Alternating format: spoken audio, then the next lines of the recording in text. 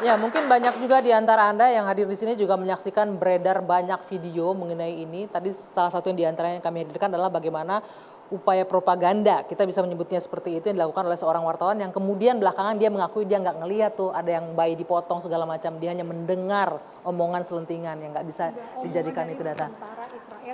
Bisa digunakan mikrofonnya? Ya, jadi memang kalau kita dalam keadaan terkejut, kita mungkin tidak langsung melihat, tapi kita mengonfirmasi dari tentara, dari otoritas resmi yang mengambil mayat. Dan tapi faktanya sekarang begini, ada. kita tidak boleh hanya dari satu sisi. Please, tolong lihat juga cek fakta dari Israel. Nah, kenapa? Karena kalau kita akhirnya hanya berdasarkan satu sisi, kita akan mudah mengklaim itu propaganda. Padahal sudah jelas-jelas video-video yang diedarkan oleh orang Palestina sendiri, orang-orang Gaza sendiri adalah video-video kebiadaban. Perempuan diangkut di mobil bak terbuka, dibawa keliling-keliling, diludahi. Apakah itu sebuah tindakan yang bisa kita maklumi? Tidak bisa. Logika kita, hati nurani kita, kewarasan berpikir kita pasti harus dua-duanya itu kekerasan. Tapi Monik sendiri cuma melihat satu. Saya punya video yang kalau ditunjukin semua akan menangis. Anak kecil Palestina dikasih makan anjing. Anjing-anjing itu buat makan orang Palestina loh. Dan itu videonya lengkap itu. Hoax itu. Pasti bilang hoax, pasti bilang bohong. Lihat. Mbak Monik nanti lihat ada kisah jurnalis Amerika keturunan Palestina, Shirin Abu Akleh.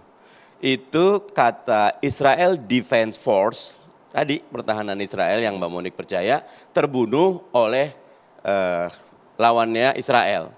Belakangan terbukti hasil investigasinya ditembak oleh Israel itu sendiri. Jadi sejarah Israel menyebarkan hoaks adalah bukti yang nyata dan jelas dilihat oleh masyarakat. Menteri Pertahanannya mengatakan mereka itu binatang yang harus dimusnahkan.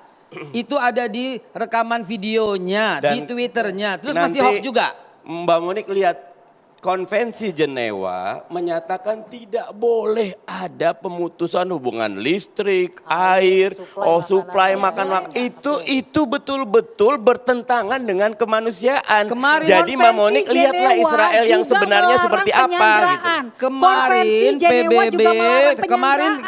PBB telah menyatakan telah akan memberikan peringatan keras kepada Israel karena terbukti menggunakan fosfor putih. Fosfor putih itu menghanguskan seluruh kulit dan ketika dihirup hanguslah paru-parunya. Ini yang membuat 3.000 orang meninggal. Bang Ade, apa yang kita masyarakat Indonesia bisa lakukan untuk konflik yang sedang terjadi sekarang? Pertama, kita jangan memprovokasi. Kita jangan mengatakan bahwa serangan itu serangan heroik. Sama sekali nggak ada heroik di sana.